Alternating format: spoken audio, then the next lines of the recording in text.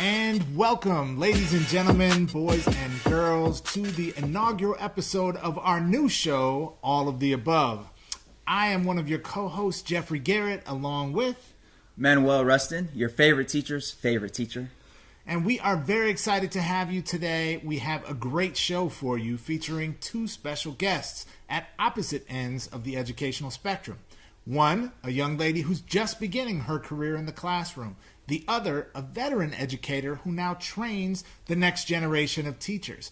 We're going to be discussing with them a very important issue about politics in the classroom. How much is too much when teachers bring their own politics into the classroom?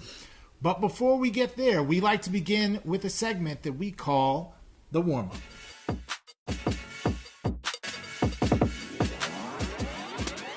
All right, so in the warm-up, we take a look at the latest headlines in education, beginning with news that President Trump has recently selected Mitchell, call me Mick, Zais, as the Deputy Secretary of Education under Betsy DeVos. Now, Mick Zais is former superintendent of schools in South Carolina, and he took office in 2011, vowing to put an end to the Common Core. And like Betsy DeVos, he is an outspoken proponent of school choice, and he does not like the Common Core. You'll recall that during the presidential campaign last year, Trump mentioned wanting to bring an end to the Common Core, and this pick looks like it's along the lines of that. What do you think? Well, from the standpoint of this pick being particularly noteworthy, not a lot of news there, very much in line with the thinking of Trump and Betsy DeVos. From the standpoint about what this means for the future of the Common Core, slow down, hold your horses. It's not that easy. The Common Core standards, as we must remember, are adopted at the state level, not at the federal level. So it's not as though with any pick or any wave of a hand, Trump or any of his appointees could simply get rid of the Common Core standards. Right, so we'll see where this goes. It's already been rocky in the Department of Ed, and we'll see what the future looks like. Now, next up, we have some news about teacher pay in the state of California. Teachers in California may soon be paid as much as state lawmakers. That is, if a new ballot measure is passed and put on the November 18 ballot. Proponents of this initiative, called the Teacher Fair Pay Act, are busy gathering signatures right now and hoping that it will pass. If passed, it would require that teachers are paid the same amount as state lawmakers, who typically earn $104,000 each year. Now, to pay for this increase, the measure would impose a 2% hike on the state sales tax. The initiative's sponsor, a man named Mark Lichtman, says the pay boost is necessary, and it's necessary to attract teachers into the profession, particularly teachers in the very important areas of math, science, and special education. Now, Manuel, the big question here is, are you, sir, as a teacher, ready to ball out? I was born ready to ball out. Trust me on that. So for sure, that will be awesome. However, this initiative has exactly 0% chance of passing for a few reasons. First reason being a 2% hike in the sales tax. I don't think California voters will go for that. I don't think voters anywhere will go for that if it's for teacher pay, because a lot of people out there still are under the impression that teachers already have it easy somehow, that we get summers off and to be paid the same amount as lawmakers, a six-figure income. I don't think a lot of people are going to agree with that. There is a place for us to discuss salary schedules and particularly supporting newcomers to the profession or attracting newcomers to the profession. This initiative, however, I don't think is going to pass. I'll be surprised to even see it on the ballot. Well, we'll find out, hopefully in just a matter of a few weeks here, but it is an interesting proposal and perhaps one that's long overdue in terms of raising teacher pay in the state of California. Right. All right, so now we have news out of Berkeley and, well, according to a new poll by the Berkeley Institute of Global Studies and EdSource, registered voters in California say that creating a safe and positive school environment is more important than standardized test scores. Now, according to the poll, respondents are more concerned with fights, bullying, and other forms of intimidation on campus and want to see California schools do more to create positive climates and particularly support students who are homeless and students whose family members are facing a threat of deportation under today's heightened federal policies of deportation. So all that being said, anything surprising there for you? Not so much surprising. It very much resonates with what I think we as educators know, which is that the most important concerns that folks have about their schools really are about safety and peace on the school campus. It very much connects with what we know to be true about life in general, that in the real world, until our base needs are met, food, clothes, shelter, safety, the other needs, which are important, certainly we cannot prioritize. So test scores, academic achievements, college acceptance rates, all very important, just not as important as the basic needs, which in school really include safety. Right. I totally agree. Shout out to Maslow, hierarchy of needs. Study up on that. All right, next we turn to some news out of the state of Nevada. A high school in Nevada recently had their official Twitter account hacked. This resulted in a stream of profane and offensive messages that started appearing on the school's Twitter page. The school has about 2,600 students located just outside of the city of Las Vegas. Now, among the tweets were taunts about the school's very weak security system. There was a photo of a school administrator that was altered in a very vulgar way. There were things like anarchist messages.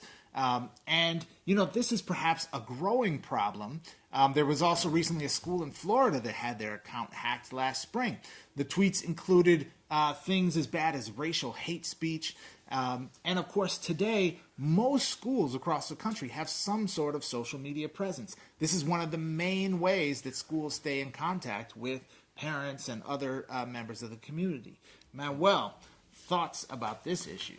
So when I first heard this news, I was hoping that the tweets would be something hilarious, like school council tomorrow, snow day, even though it's like 80 degrees out, or something funny like that. But unfortunately, no, these were very serious messages, and these were very hateful messages, and very troubling. And I think it's just a reminder that schools, and not just schools, but us as individuals, we really got to make sure our social media and web presence is secure, and make sure our passwords and login authentication is as strong as possible, because, these things are going to continue to happen. Yeah, I think the moral of the story is change your passwords. Indeed. Now, next we move to a segment we like to call the Show and Tell.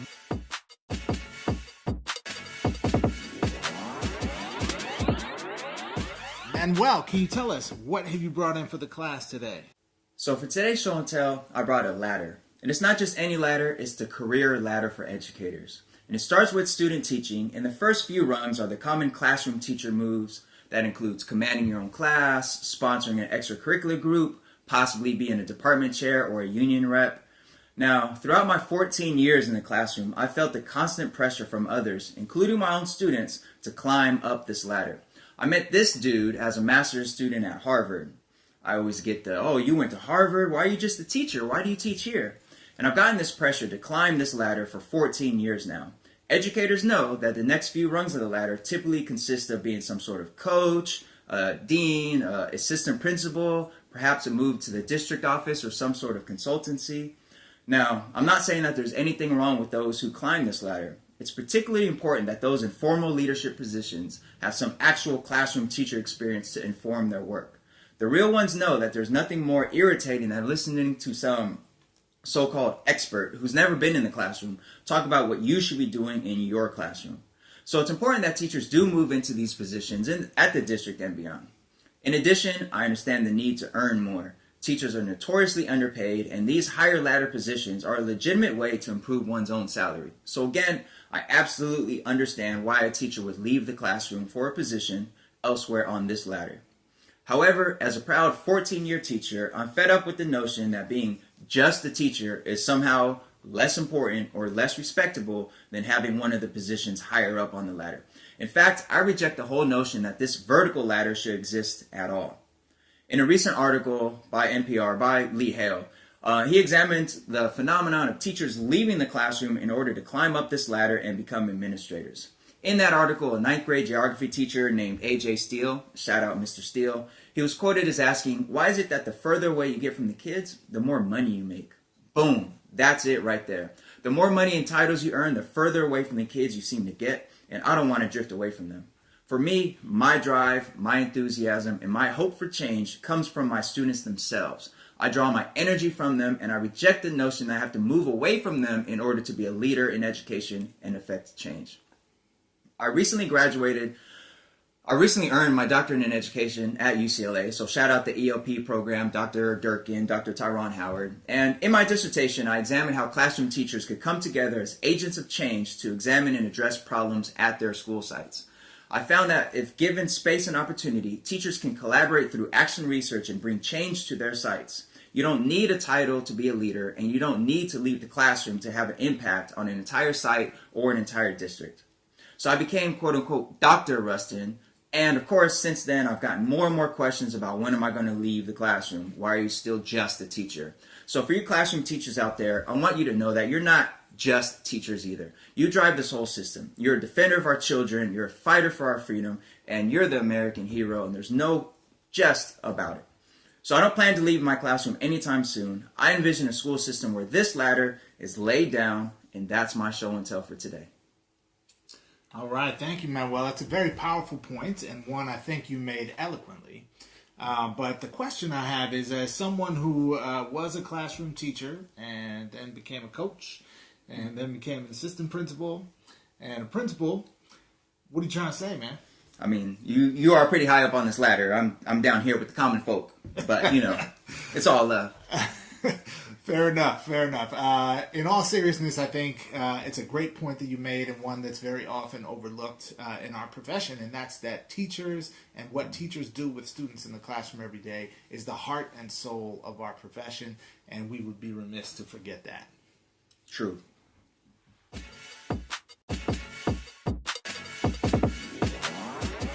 In today's seminar, we dive headfirst into a particularly complex topic at this moment in history. Polls, analysis of congressional votes, and even sheer common sense tells us that we are living in a time of deep political division and controversy over issues that strike at the very core of our democratic society. How should teachers handle discussions of politics in the classroom? And when it comes to bringing their own politics into the classroom, how much is too much? The times we live in are full of political issues that are simultaneously important components of students' education and intensely controversial. Climate change, tax reform, foreign policy, and immigration come to mind, but the list could go on for hours. At a time when the headlines are filled with things like Charlottesville, mass gun violence, escalating consequences of climate change, police killings of unarmed African Americans, indictments of key members of the presidential administration, the repeal of health care, the opioid addiction crisis, building a wall on the Mexican border, and a seemingly endless stream of tweets from the president that pour salt in the wounds of racism, sexism, and xenophobia, teachers are placed in the particularly complicated position of figuring out how to navigate the political minefield responsibly with their students. While there is, from our research at least, surprisingly little guidance offered to teachers on how to best answer these questions, there are quite strong opinions from scholars and practitioners alike. Diana Hess, Dean of the School of Education at the University of Wisconsin-Madison, and Paula McAvoy, also a professor at Madison, are authors of the book The Political Classroom: Evidence and Ethics in Democratic Education. From their research, the professors offer some guidelines and insights as to how teachers should approach teaching controversial political issues in the classroom. They cite politically controversial discussions as extremely valuable learning opportunities, quote, where young people are learning to deliberate about political questions, and then, through deliberation, students are learning about the issues. They're learning how to form arguments and how to weigh evidence, unquote. Their research showed that students both find these discussions highly engaging, and they tend to learn a great deal, both content and skills, from participating in them. The authors then go on to note that the evidence suggests there are excellent teachers on both sides of the fence, those who bring their politics into the classroom and those who don't. Quote, we don't believe there is one right answer to this, and we think empirically we can show that there's not, unquote. The authors did note, however, that the distinction between issues that we should consider settled issues and issues that are open is one that they suggest where there are some issues that are settled and shouldn't be taught as open to the students. Doing so would be dishonest with young people. For example, the question about whether climate change is occurring, that's a settled issue. The question is actually what to do about climate change. That is an open issue. In an October 2016 Washington Post article, a group of 10 former state and national teachers of the year from states as disparate on the political spectrum as New York, Utah, Georgia, and Florida were quoted taking a strong stand that teachers must take a public stance on the 2016 election. As teachers, they said, we strongly oppose Donald Trump's candidacy for president. Our students and our country deserve better. In our two-party system, that means we must support Hillary Clinton, the only candidate with a legitimate shot to beat him. We believe that she will uphold the core American values of civility, equality, and dignity for all. Jeff, that sounds all well and good, and I would love to read the study by Hess and McAvoy when I have time, but this is an issue that's impacting classrooms right now. So across the country, we're dealing with teachers in schools that are in hot water for their politics in the classroom. In Maryland, a set of teachers were asked to take down their Women's March posters because school officials deemed them to be anti-Trump and too political. In New Jersey, a yearbook staff is in hot water for photoshopping out students' t-shirts that had any reference to Trump. And across the country, you have football players and cheerleaders being suspended, in some cases being kicked off teams for taking a knee during the national anthem in solidarity with NFL players who are protesting racial injustice. So when it comes to dealing with these issues in a concrete manner right now in the classroom, we figured we'd get some help and some input from some experts out there. So for our seminar, we got some experts coming in to help us dissect these issues and see really what a classroom teacher and a school administrator should do when it comes to bringing politics in the classroom. All right, so for today's seminar, we're joined by two very special guests. Seated to my right is Alyssa Solis, who's a student intern through the Cal State system, currently preparing to become a secondary science teacher. And to her right is Dr. Akita Kassane Long, who is a professor at the University of Laverne, currently working with the next generation of teachers. And word on the street is that she has an extensive career in education spanning 35 years in Los Angeles Unified, working at schools in South Los Angeles and Watts as both a teacher and a principal. Thank you both for joining us on All of the Above. Thank you. So to kick off today's seminar, our first question is, with this complex idea in mind, when teachers bring their own politics into the classroom, how much is too much? Well, I believe that teachers have a rare opportunity now in the political climate that exists. They have an opportunity to present the facts, and the facts are very evident that we have quite a controversial president who, by many standards, people believe that he is a disservice to the office of the presidency. That's the popular belief. Only 38% of the people think that he's doing an acceptable job.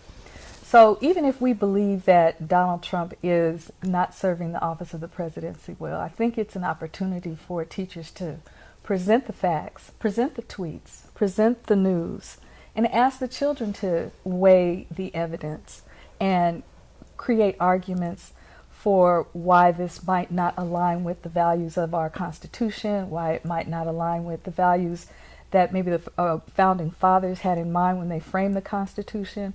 I think it's an absolutely outstanding teachable moment. And the more that the teachers can set the stage for children to consider those issues, the higher the level of instruction becomes. Yeah. I definitely think when a student asks you directly a question, they can tell when you're editing and they can tell when you're holding back. So my policy has been if a student asks you a question up front, you should be as open as possible with them, especially if it's a one-on-one encounter. I don't really know the limitations yet, since I'm such a new teacher, about using the classroom as a platform for crowbarring your political opinions into something, but I'm hoping that teachers can plan as often as possible to integrate it. But for me, so far, it's been one-on-one interactions. That's still something I'm trying to learn the balance. So I'm hearing you both sort of describe that there is a place in the classroom for Yes. examining Absolutely. these issues, Absolutely. and that a responsible education includes that. As we think about in this day and age, so many complex, racially charged issues that touch on very sensitive issues of gender and immigration.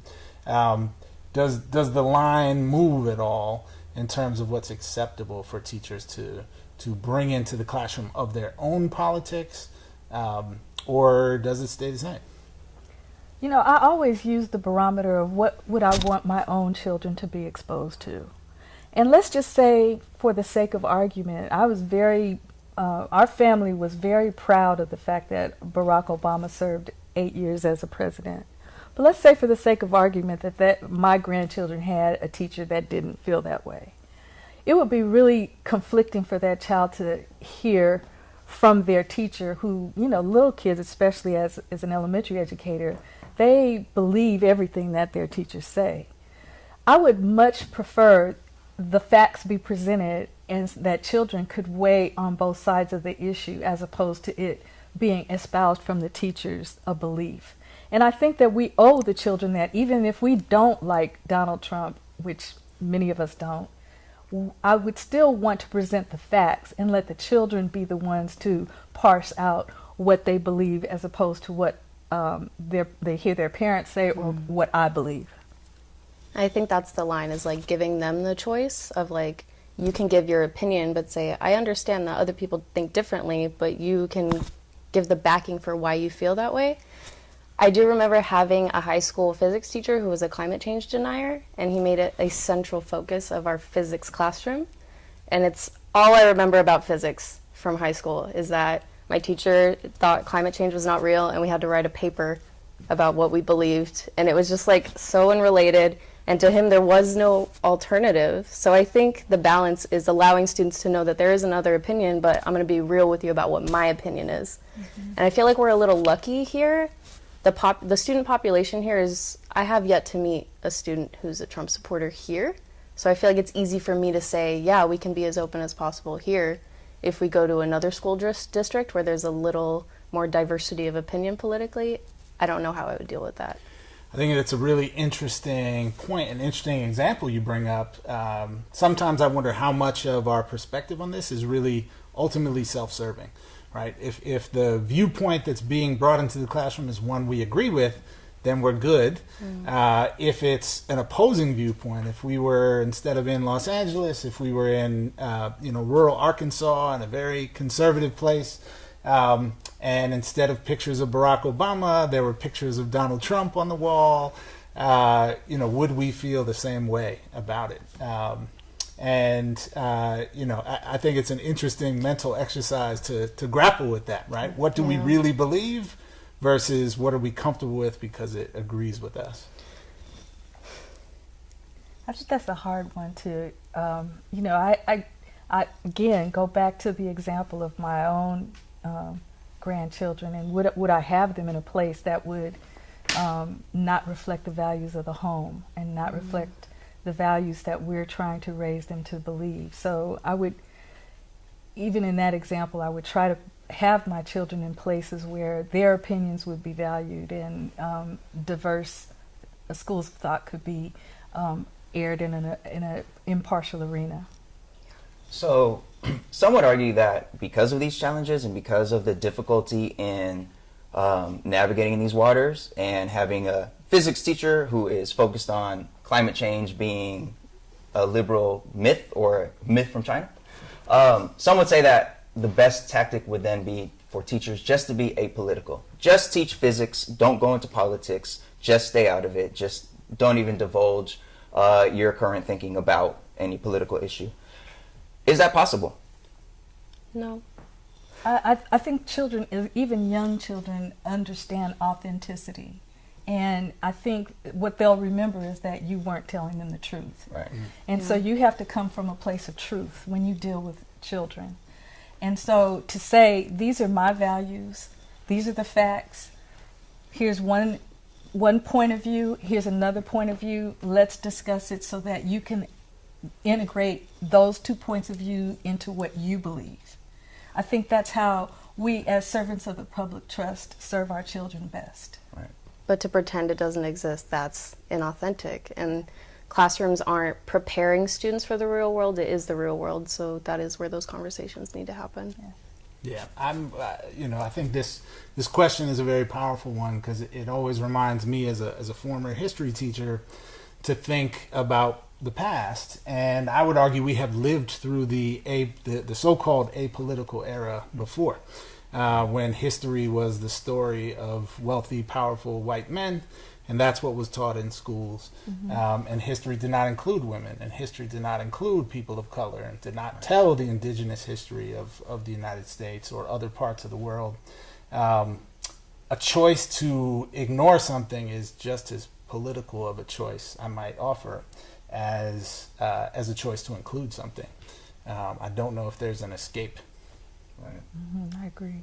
And I would add that, especially for teachers working in areas where they are teaching students from marginalized communities, when you are dealing with a climate where everything from immigration to gender and racism is a topic in the news every day and every night, as a teacher, if you're not addressing that, if you are staying silent or so-called neutral on these issues, that silence is really loud to these students who are dealing with real trauma, real anxiety, real uncertainty over these issues. Yeah. So as teachers, I think no matter what your personal political views are, your duty is to help your students process these challenges that they're facing, especially if these are children from marginalized communities. So if you're not doing that, if you're just staying neutral and maybe playing it safe, that actually is adding a lot to the problem.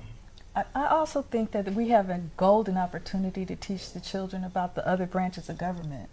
Just because we're not in agreement with the president doesn't mean that the other 2 branches of the government are not busy at work or balancing the power, which is what the Constitution promises to us as American citizens. And so we have an opportunity to show them how in a democratic society the vote is what is the power, and we can begin to lead a grassroots movement of empowerment in marginalized communities, letting them know that they have the powers in the ballot. Right. So then I'm curious, Alyssa, for you, since you are currently in your teacher preparation program, and this is a very politically tense time, have any of these issues or just the general topic of a teacher and that teacher's political views in the classroom, has any of that come up yet in your training? Yes, it has. I actually am in a very social justice oriented program. They advertise it as such. That's why I signed up for it. So it has a very self-selecting group of folks of a certain political leaning. So I'm glad for that. And we had the conversation, but the conversation wasn't should you be political, it was how political can you be without getting fired? So they just skipped over that conversation entirely. So I'm really glad we're having this conversation together, because I was actually fired from a previous instructional aide position for my politics. So wish I'd had this conversation before then. But yeah, it was assumed that you are a teacher, and my program is only math and science teachers. So it is assumed that as a math and science teacher, you're going to embed this into your math and science classrooms. So that's a big part of what we're talking about. I can't speak for other programs, though, right? So I don't know. Well, I mean, that's awesome, because I think a lot of times, myself as a social science instructor, I think of how I can embed this into my social science instruction, which is, for sure, has to happen because it's social sciences. But for your program to be math and science focused and also have that concurrent theme is amazing. Yeah, so they talked about climate change. Definitely not presenting it as a 50-50 issue, because it's not a 50-50 issue. And then more interestingly, embedding eugenics into our genetics unit. Stuff like that, how we can be more creative about the long struggles that we've had and embedding that into our science curriculum. Great. Yeah. So I think something that I'm pulling from your comments today is this fundamental tension between a lot of the issues that we're grappling with in society right now and the sort of basic nature of school. Schools tend to be a place where there's a certain universal set of values that whether you're in a liberal area or a conservative area, we keep our hands to ourselves in kindergarten, and we share nicely with others, and we respect the dignity of all people. And there are policies on the books at the state level to support these things, and there's rules on the wall in classrooms to support these things. And that's sort of the culture of school. But in our society, we're seeing some very explicit promotion of other types of values, right? We're seeing very noteworthy politicians promoting the use of violence to resolve conflicts, or saying that there's space for an explicitly white supremacist ideology in our government, right? And so when we have the kind of culture of school and then these things that are happening that are inconsistent with that, that seems to maybe put school at odds with some of the objectivity that we were just talking about. And I'm wondering to get some of your thoughts about, in an environment where we want to be neutral and presenting facts, but where these things are coming into conflict with school, how do we resolve this tension? Well, we teach children all the time that all adults aren't perfect.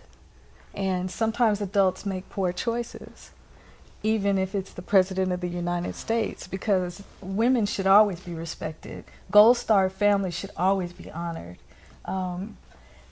Blacks and browns have just as much right to the American system as any other people of color or not. And so we continue to say, these are the things that America represents. There may be people that operate within the context of America that don't represent what we believe to be true, but that's their choice. And it's a good thing, because the United States is a place where we do have a choice. There's not someone saying that if you act this way, then you lose your rights. You act this way, you get heard, we don't agree, and we agree to disagree. It's not a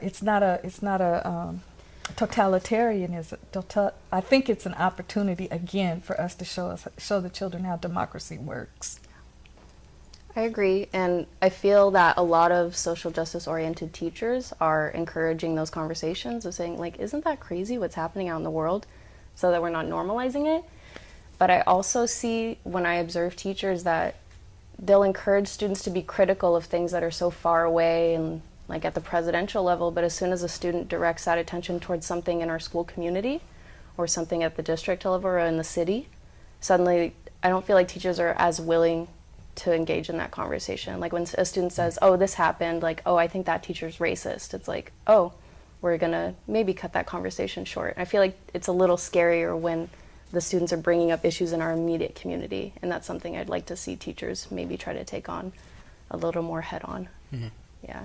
In the abstract, it's easier to get into the murkiness. When it's your coworker that students are talking about or something, suddenly these issues are like right in front of your face. Like that's a conversation that needs to happen too. But then the way we go about waging do we just identify and label people, or do we work through a process? Mm-hmm. And is that process mirroring what it is that we're teaching our children, how to be citizens in our nation? Yeah.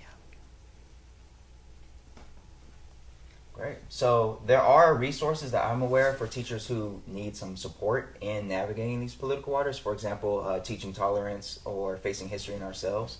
Do either of you have any either tips or suggestions for teachers who might be watching this who want to do something to support students and speak out against some of the bigotry and violence that's out there, but are maybe afraid because they don't want to be fired?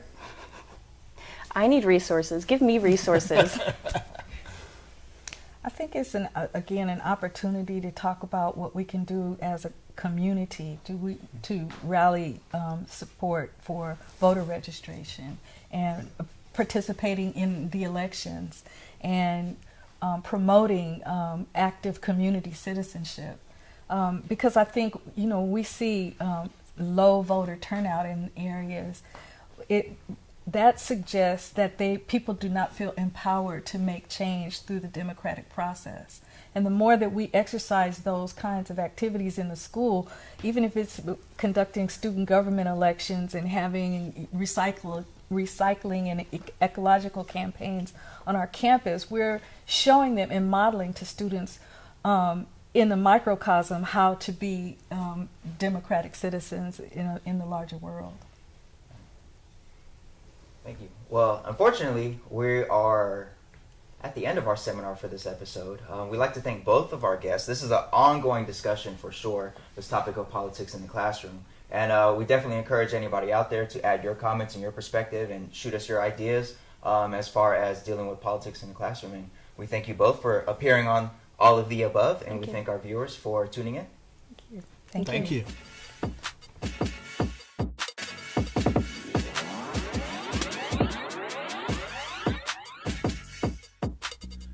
Wow, that was an excellent seminar discussion. Thank you again to our guests. And remember, if you have anything that you want to add or if you have any questions or comments about what was discussed, please reach out to us.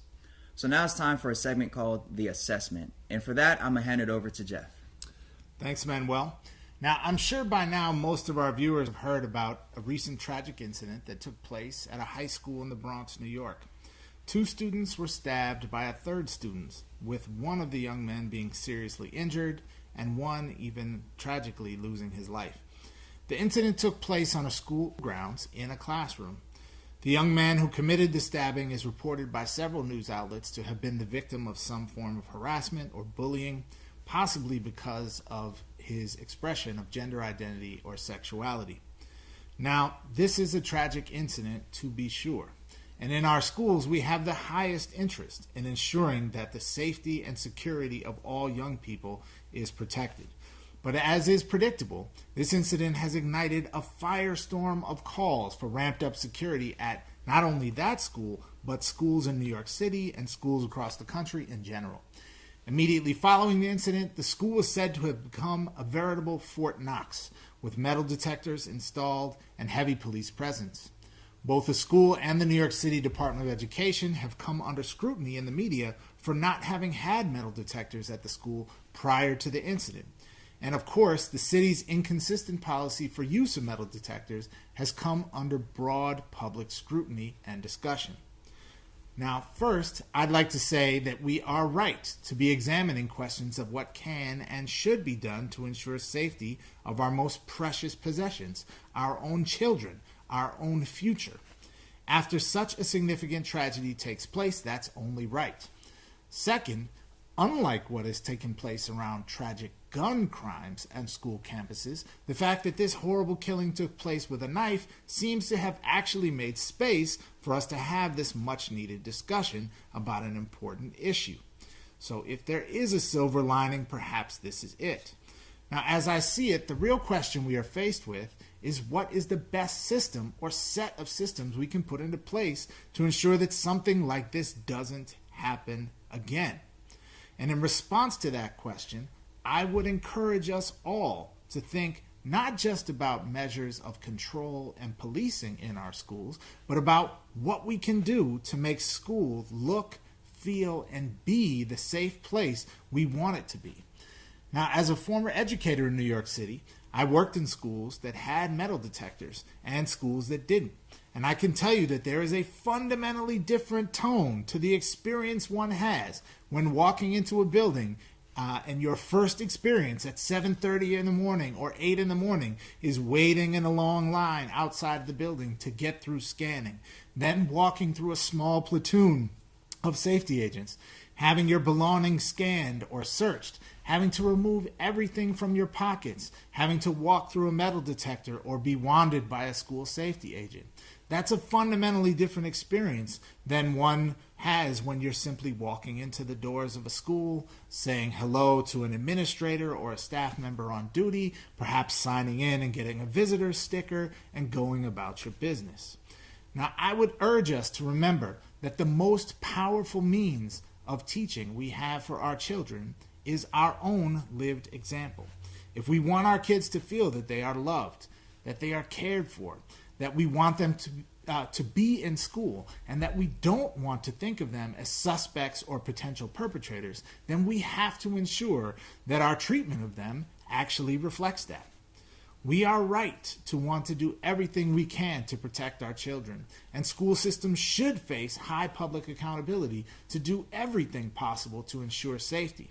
But surely we have better tools at our disposal than equipping our schools with the infrastructure of jails and courthouses. Here in Los Angeles, for example, the school district maintains a policy of random searches for secondary school students. It has become, in recent times, a hotly contested issue, as the policy was instituted after 2 killings that took place on school campuses way back in 1993 in quick succession. Since then, the policy was largely tolerated, but also mostly unexamined. However, over the last year or two, a coalition of community groups aligned with the teachers union, the ACLU, one of the major charter operators here in the district, all have banded together to challenge the regulation, citing concerns about damaging school culture and its disproportionate impact on poor Black and Latino students.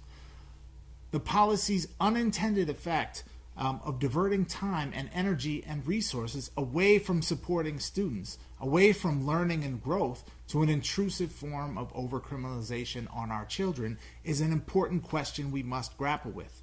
Tasking educators with carrying out the functions of law enforcement is a risky proposition. In doing so, we risk damaging the most important currency in schools, and this is particularly true in schools that serve low-income populations and communities of color, and that currency is relationships. For as many tragic incidents that do happen in and around our schools, any educator will tell you that in schools where culture is healthy and adults and kids have strong positive relationships, many more potentially dangerous incidents are prevented because students confide in the adults they know care about them, and they look for ways to prevent these sorts of things from happening. If we maintain policies that undermine these healthy school cultures and positive relationships between students and the adults charged with caring for them, then we in fact undermine the very effort to ensure safety and peace on our school campuses. While the motivation of those who advocate for metal detectors and random searches may be well-intentioned, I would question the practical usefulness of these strategies. We don't teach young people to be good, upstanding, righteous members of a community by treating them as though they are the opposite of that. We teach young people these things by inspiring in them their very best and modeling for them what we want to see. Thank you, Jeff, for that very important message and very timely message. And I know that as a classroom teacher, school safety has always been a primary concern. And we want a safe, positive classroom campus or classroom environment and safe, positive campus. However, we don't want students to feel like they're entering a police state when they're coming to school. And I've seen students be handcuffed for the slightest of reasons right outside my own classroom door. And that's not the type of environment we want to have. So again, thank you for sharing your thoughts about that. All right, so with that being said, it's almost time to dismiss class, but real quick, I want to give a quick shout out to Aaron Ferguson of Pacifica High School, AOB in the house, and Alexis King of Ruben S. Ayala High School. They were each recently awarded the Milken Educator Award, which is an acknowledgement that comes with a $25,000 prize and national recognition for their amazing work as classroom teachers. So congrats to you both, and definitely let us know if you need any help spending that cash. Also, for a full list of this year's recipients, visit milkeneducatorawards.org. These recipients are doing amazing work all across the nation, and congrats to them all. Thank you again for joining us today on our episode. We just want to remind you all the above is a community, so join the conversation. Like our page, follow us, make sure you leave your thoughts and questions. We just might get into them on our next episode, and we will make sure to see you then. Class dismissed. Get out of here.